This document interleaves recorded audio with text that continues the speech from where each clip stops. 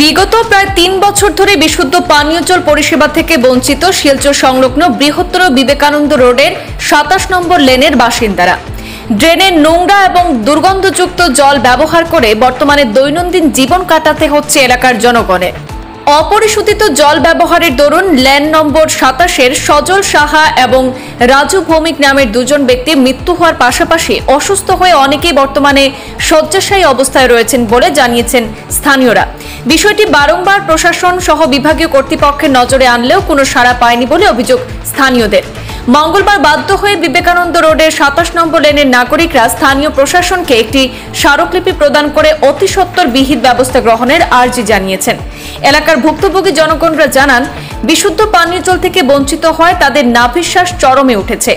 ড্রেনের নোংরা এবং দুর্গন্ধযুক্ত জল ব্যবহার করে কলেরা, টাইফয়েড, হ্যাপাটাইটিস ইত্যাদি নানা রোগে আক্রান্ত হয়ে দিন কাটাতে হচ্ছে লেনের প্রত্যেকটি পরিবারকে। কিন্তু এরপরও সরকার তথা প্রশাসনের কোনো হেলদোল নেই, যার দরুন জনগণের পিঠ বর্তমানে দেওয়ালে গিয়ে ঠেকেছে। আগামী ৭ দিনের মধ্যে তাদের এই জ্বলন্ত সমস্যার সমাধান না হলে আগামীতে ২৭ নম্বর লেনের বাসিন্দারা আন্দোলনে ময়দানে নামতে বাধ্য হবেন বলেও প্রশাসনকে হুঁশিয়ারি দিয়েছেন। শিলচর 7 এবং পোস্ট অফিসের গলি বিবেকানন্দ রোড লেন নম্বর ২৭ থেকে এসেছি। লাস্ট ৩ বছর থেকে আমরা ড্রেনেজ জল পান করছি।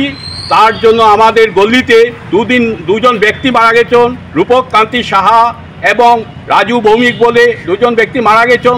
আমরা প্রশাসনের কাছ থেকে অনেক কিছু চেয়েছি, বারবার এসেছি ডিসি, ডিডিসি, মিউনিসিপ্যালিটি, পিএইচির কাছ থেকে আমরা কোনো পদক্ষেপ পাচ্ছি না। আমাদের ফ্যামিলি মেম্বার সবাই অসুস্থ হয়ে পড়ছে, কলেরা, টাইফয়েড, হ্যাপাটাইটিস হচ্ছে, কেউ কিছু দেখছে না। আমি রিকোয়েস্ট রাখছি আজকে যেন আমাদের বিবেকানন্দ রোড মেইনলি পোস্ট অফিসের গলি, যেটা লেন নাম্বার 27 বলে, সেটার মানুষজন অনেক দিন থেকে লাস্ট 3 বছর থেকে কষ্ট পাচ্ছে নানান ধরনের, কিন্তু সরকারের কাছ থেকে আমরা কোনো পদক্ষেপ পাইনি।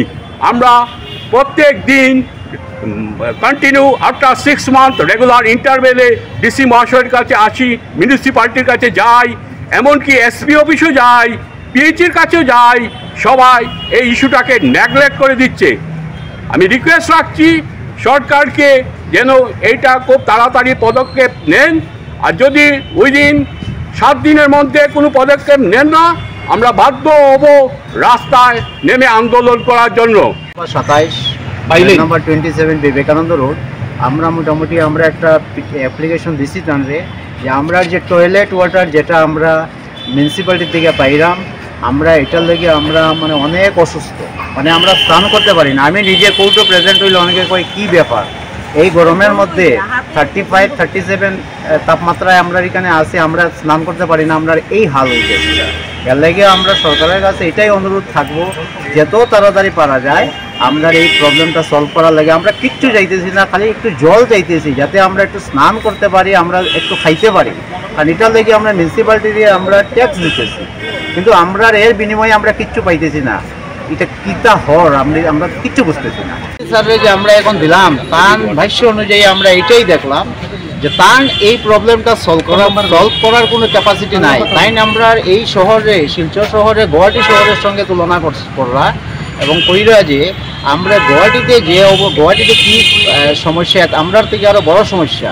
কিন্তু আমরা তো শহর শুদ্ধ শহর, এরপরে পিডব্লিউডির যে কাজগুলো চলে বিবেকানন্দ রোডে, আজকে ড্রেনের কাজ চলে, ফুটপাথের কাজ চলে, সব একটা সাইন্টিফিক একটা যে ওয়েতে যে কাজ হইব এই ধরনের কিছু না।